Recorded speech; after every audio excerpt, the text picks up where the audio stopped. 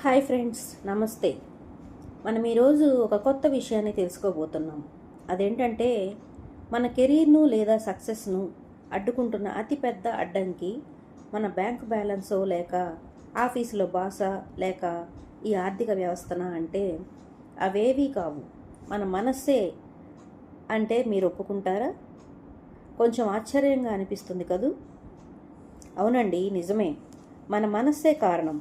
ఎలా అంటే హేషం అమరహ్ అనే రచయిత రాసిన control your mind, control your life అనే పుస్తకంలోని సోర్సెస్ రీసెర్చ్ను పరిశీలిస్తే ఇదే వాస్తవం అనిపిస్తుంది.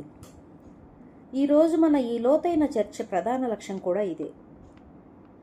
అంటే మన జీవితాన్ని శాసించేది బయట ఎక్కడో లేదు, మన లోపలే ఉంది అని అర్థం చేసుకోవాలి మనం ఇక్కడ. ఇప్పుడు దీన్ని మనం వివరంగా విశ్లేషిద్దాం. నాకు దీన్ని అర్థం చేసుకోవటానికి ఒక ఉదాహరణతో మొదలు పెడితే బాగుంటుందని అనిపిస్తుంది. మనము ఒక కార్ డ్రైవింగ్ సీట్లో కూర్చున్నాం అనుకున్నాం, కానీ స్టీరింగ్ పట్టుకోలేదు. అసలు గమ్యం ఏమిటో తెలియదు. కారు మాత్రం హైవే మీద రయ్యని దూసుకోపోతూ ఉంది అనుకోండి. అప్పుడు మీ మనసులో ఏమనిపిస్తుంది? ఊహించడానికి చాలా భయం వేస్తుంది కదూ. ఖచ్చితంగా ఏదో ఒక ప్రమాదం జరుగుతుంది అనిపిస్తుంది. ఇప్పుడు అసలు పాయింట్లోకి వద్దాం. మన జీవితం కూడా రోజు ఇలాగే నడుస్తుంది. మన చుట్టూ ఉన్న ప్రపంచంలో ప్రతి చిన్న విషయానికి మనం ఇలాగే రియాక్ట్ అయిపోతూ ఉంటాం. అంటే ఎగ్జాంపుల్కి ఆఫీస్లో అందరూ మరియు అన్ని పనులు మన కంట్రోల్లో ఉండాలని, అలాగే ఇంట్లో ప్రతి ఒక్కరూ మరియు ప్రతి ఒక్క పని మన కంట్రోల్లోనే ఉండాలని తెగ ఆరాటపడిపోతూ ఉంటాం. అవును, అన్నీ మన కంట్రోల్లో ఉండాలని అనుకుంటూ ఉంటాం. కానీ అసలు నిజంగా నియంత్రించగలిగే ఏకైక సాధనం ఏంటంటే అదేనండి, మన మనస్సు. దానిని మాత్రం అలా గాలికి వదిలేస్తాం ఎందుకు? ఇలా ఎందుకు జరుగుతుందంటారు? ఇక్కడ అత్యంత ఆసక్తికరమైన విషయం ఏంటంటే మనకు తెలియకుండానే మన మెదడులో ఒక అదృశ్యమైన చైన్ రియాక్షన్ జరుగుతూ ఉంటుంది నిరంతరం. అది ఎలాగో చూద్దాం. సైకలాజికల్గా చూస్తే మనకు వచ్చే ప్రతి ఆలోచనలు ముందుగా మన భావోద్వేగాలను సృష్టిస్తాయి. ఆ ఫీలింగ్స్ లేదా ఎమోషన్సే మన యాక్షన్. అంటే అవి మనం చేసే పనులను నిర్దేశిస్తాయి. ఆ పనులే ఫైనల్గా మన గమ్యాన్ని డిసైడ్ చేస్తాయి. అంటే ప్రతిదానికి మూలం మన ఆలోచనలే అన్నమాట. అవునండి. ఫర్ ఎగ్జాంపుల్, ఆఫీస్లో మనకు ఒక ప్రాజెక్ట్ వర్క్ ఇచ్చారనుకోండి. వెంటనే మన మైండ్లో ఏం జరుగుతుంది? భయం వేస్తుంది. నేను ఆ పని సక్రమంగా చేయగలనా లేదా అనే ఆందోళన కలిగి స్ట్రెస్ అనే ఎమోషన్ క్రియేట్ అయ్యి ఆ ప్రాజెక్ట్ని వాయిదా వేసేస్తాం. అప్పుడేమవుతుంది? మనకిచ్చిన టాస్క్ని మనం కంప్లీట్ చేయలేకపోతాం. అంటే ఆ పనిలో మనం వెనకబడ్డట్టే. అంటే ఇక్కడ ఏం జరిగింది? ఇప్పుడు జరిగిన ఈ చైన్ రియాక్షన్ మొత్తంలో మొట్టమొదటి లింక్ ఏంటంటే మనం ఈ పని చేయగలమా లేదా అన్న మొట్టమొదట వచ్చిన ఆలోచనే. ఈ ఆలోచనే ఆ భయానికి, ప్రాజెక్ట్ ఫెయిల్ అవ్వటానికి కారణం. అవునా? ఇలా చాలాసార్లు మన గతంలో కూడా జరిగి ఉండవచ్చు. అయితే అసలు రహస్యం అంతా ఇక్కడే దాగి ఉంది. అదేంటంటే మనం ఎప్పుడూ జరగని భవిష్యత్తు గురించి యాంగ్జైటీతోనో లేక గతంలో జరిగిన పొరపాట్ల గురించి రిగ్రెట్తోనో గడిపేస్తుంటాం. నిజమే, ఈ సోర్సెస్ ఒక అద్భుతమైన పాయింట్ని రైజ్ చేశాయి. అదేంటంటే మన మనసుని కంట్రోల్ చేయాలంటే ఏ హిమాలయాలకో లేక అడవులకో వెళ్ళిపోయి సన్యాసుల్లా అయిపోయి థాట్స్ మొత్తం ఆపేయడం కాదు చేయాల్సింది. అసలైన నియంత్రణ అంటే ప్రతిరోజు మన బ్రెయిన్లోకి వచ్చే వేలాది ఆలోచనల్లో ఏ ఆలోచనకి పవర్ ఇవ్వాలి, దేన్ని ఇగ్నోర్ చేయాలి అని కాన్షియస్గా డిసైడ్ చేయటం. దీనికి మనం పైన చెప్పుకున్న కార్ ఎగ్జాంపుల్లోకి కనుక వెళ్ళినట్లయితే అక్కడ డ్రైవర్ ప్లేస్లో మనం స్టీరింగ్ పట్టుకోకుండా కూర్చున్నాం కదా. అక్కడ మనకు ఇప్పుడు ఏం ఎరుక రావాలంటే కేవలం నేను ఇప్పుడు ఒక కార్ని నడిపే డ్రైవర్ మాత్రమే అని గుర్తించగలగాలి. అప్పుడే మనం స్టీరింగ్ పట్టుకోగలం. ఇక్కడ చాలామందికి వచ్చే ఆలోచన ఏంటంటే నాకు డ్రైవింగ్ చేయటం రాదు అనో, నేను ఎందుకు పనికిరాను అనో ఇలాంటి నెగిటివ్ థాట్స్ వస్తూ ఉంటాయి. అంతేకాకుండా అదే నిజమని కూడా నమ్ముతూ ఉంటాం. ఇక్కడ మన ఆలోచనలు మనం కాదు అని గుర్తించగలగాలి. మనం కేవలం వాటిని గమనించే పరిశీలకులం. అంటే అబ్జర్వర్ మాత్రమే అని గుర్తించాలి. ఇదే అసలైన కీలకమైన పాయింట్. కానీ ఇది చెప్పడానికి బాగానే ఉంటుంది, కానీ ఇది ఆచరణలోకి తీసుకురావాలంటే మాత్రం చాలా క్రిటికల్గా అనిపిస్తుంది కదూ. ప్రాక్టికల్ లైఫ్లో సడన్గా భయపెట్టే సంఘటన ఒకటి జరిగిందనుకోండి. ఎగ్జాంపుల్కి ఆఫీసులో బాస్ నుండి ఒక మెయిల్ వచ్చింది. అది చూడగానే నా ఉద్యోగం పోతుందేమో అన్న ఒక థాట్ వచ్చినప్పుడు గుండెల్లో రైలు పరిగెడతాయి.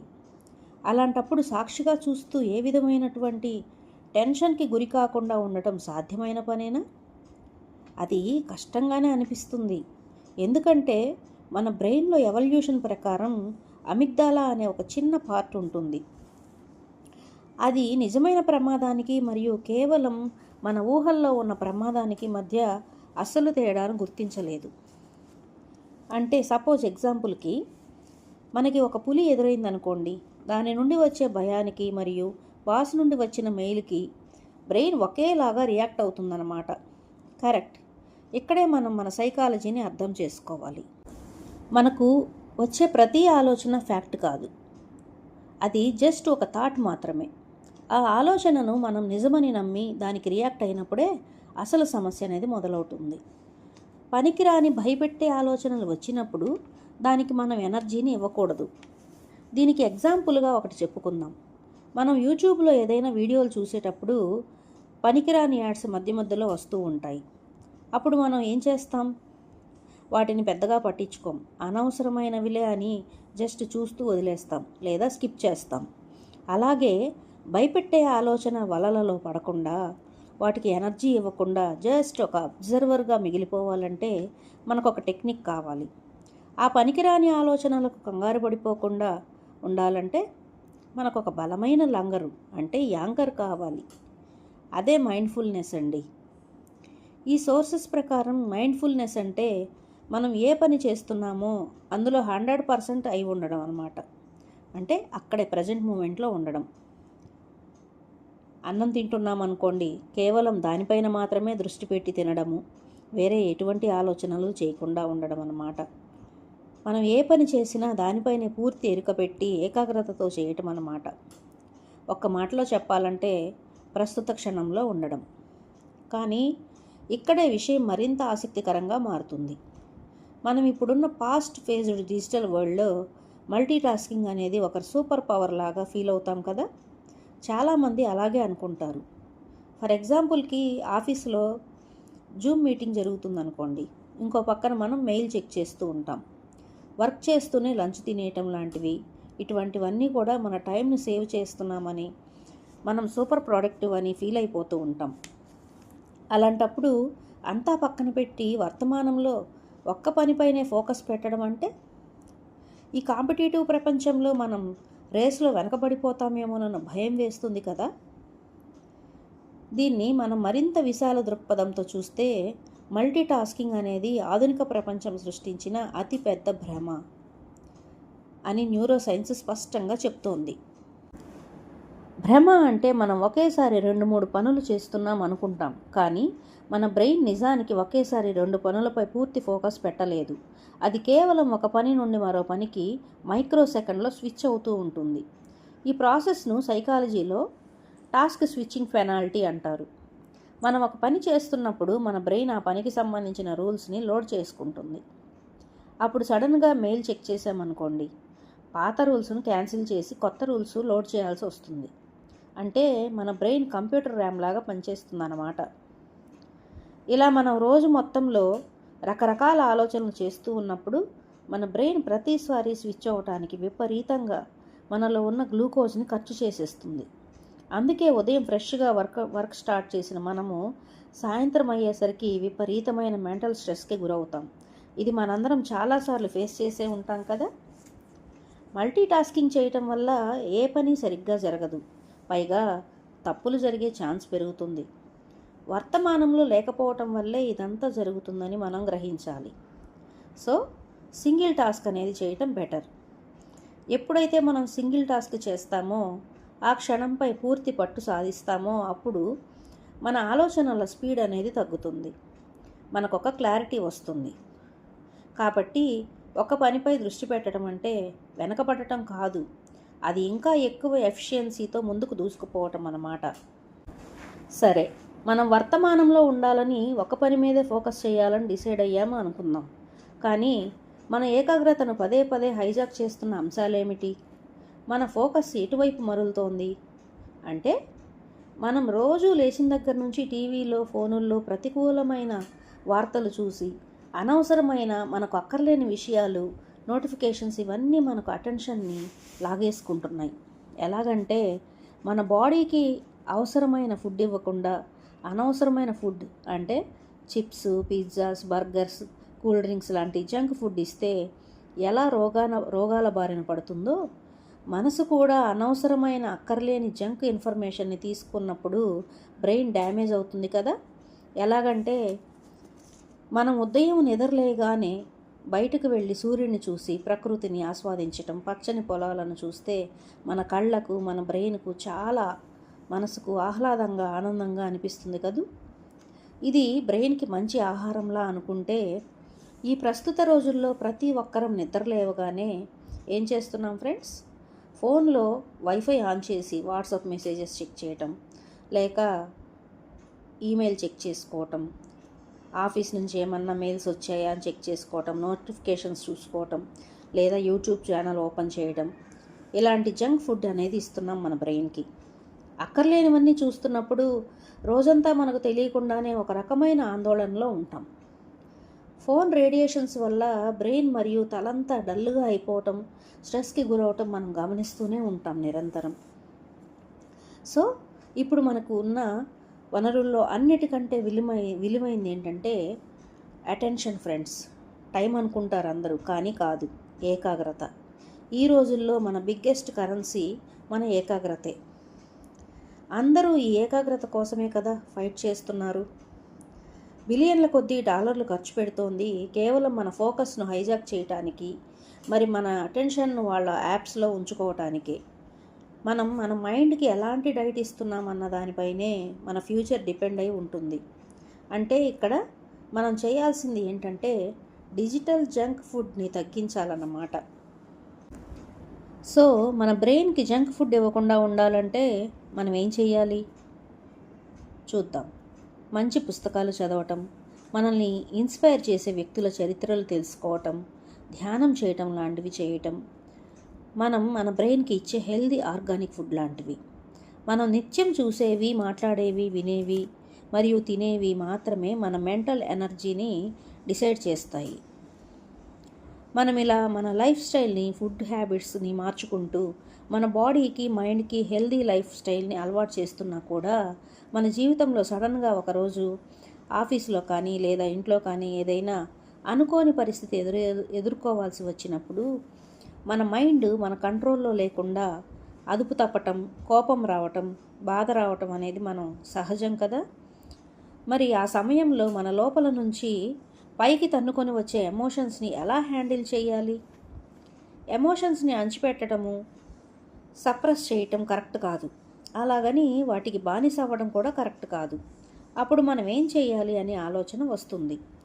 అప్పుడు ఏం చేయాలంటే వివేకంతో రెస్పాండ్ అవ్వాలి, కానీ రియాక్ట్ అవ్వకూడదు. ఎందుకంటే బయట మనకు ఏం జరుగుతుందో దాన్ని మనం కంట్రోల్ చేయలేము, కానీ దానికి మనం ఎలా స్పందిస్తామో అనేది మాత్రం 100% మన చేతుల్లోనే ఉంటుంది. ఇక్కడ ఎమోషన్స్ని అణిచివేయటానికి, కంట్రోల్ చేయటానికి మధ్య తేడా ఉంది. ఎలా అంటే ఎమోషన్స్ వచ్చినప్పుడు వెంటనే రియాక్ట్ అవ్వకుండా చిన్న గ్యాప్ తీసుకోవాలి. కళ్ళు మూసుకొని డీప్ బ్రీత్ తీసుకొని మన మనసు లోపలే నంబర్స్ కౌంట్ చేసుకొని నెమ్మదిగా శ్వాసని వదలాలి. అప్పుడు ఆ చిన్న గ్యాప్లో మన ఎమోషన్స్ తీవ్రత అనేది తగ్గుతుంది. ఆ సంఘటనకి మన స్పందనకి మధ్య ఉన్న గ్యాప్ ఎంత పెరిగితే మన కంట్రోల్ అంత పెరుగుతుంది.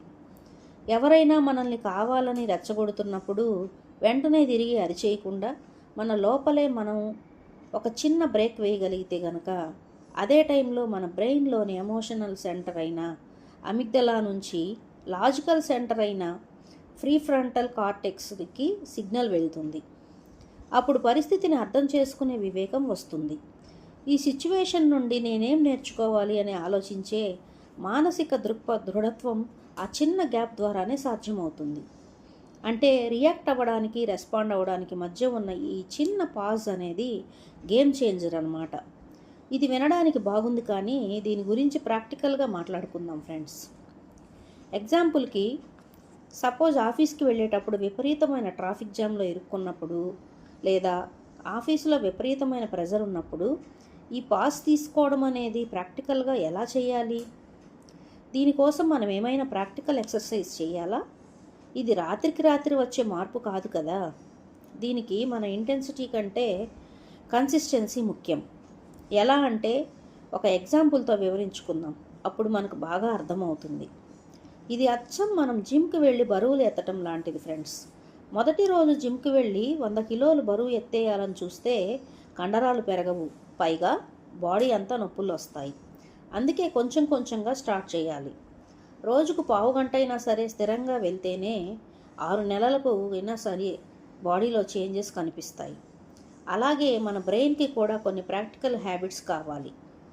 రోజుకు కేవలం 5 నిమిషాల పాటు బ్రీతింగ్ మీద ఫోకస్ చేస్తూ ధ్యానం చేయటం లాంటివి చేయాలి.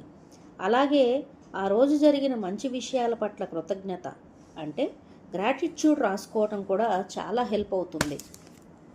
అలాగే ఒక థాట్ వచ్చినప్పుడు పాటించాల్సిన 4 ప్రాక్టికల్ స్టెప్స్ని చూద్దాం ఫ్రెండ్స్. ఇప్పుడు మొదటిది, ఆలోచనని పాజ్ చేయటం అంటే ఆగడం.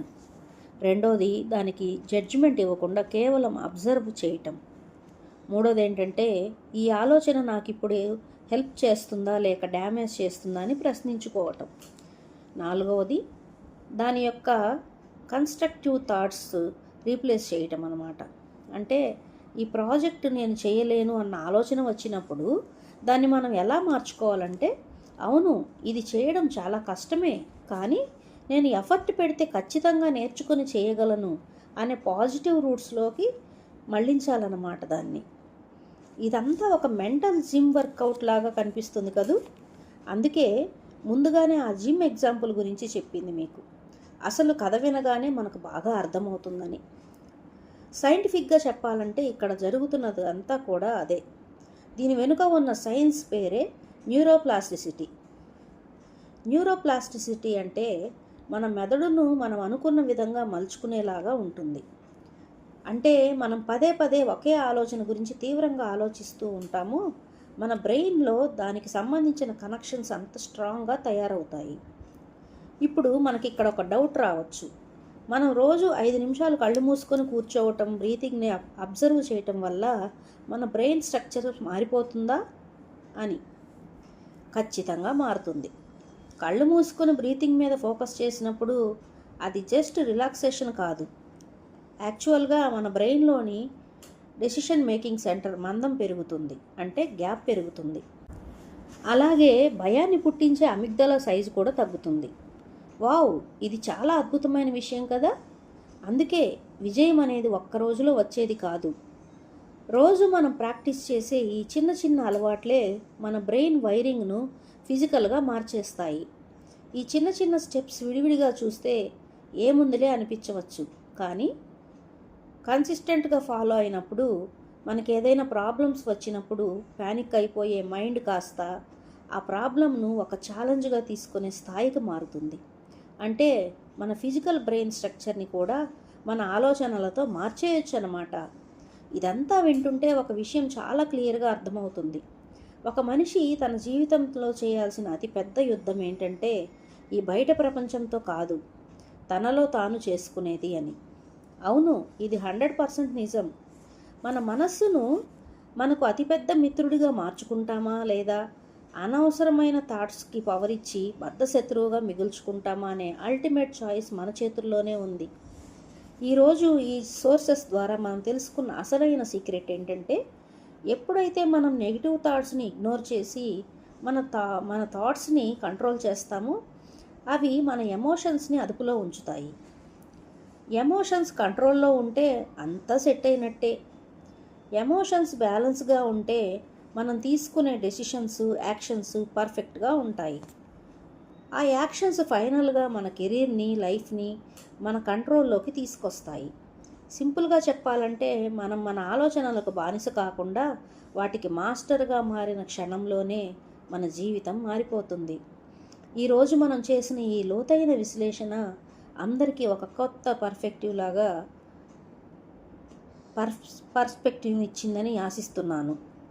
మీ అటెన్షన్కి, మీ టైంకి థ్యాంక్ యూ ఫ్రెండ్స్. మరో ఆసక్తికరమైన అంశంతో మళ్ళీ కలుద్దాం. అప్పటి వరకు మీ ఆలోచనలను అబ్జర్వ్ చేస్తూ ఉండండి. And keep growing friends. Stay tune to my channel friends. Bye bye.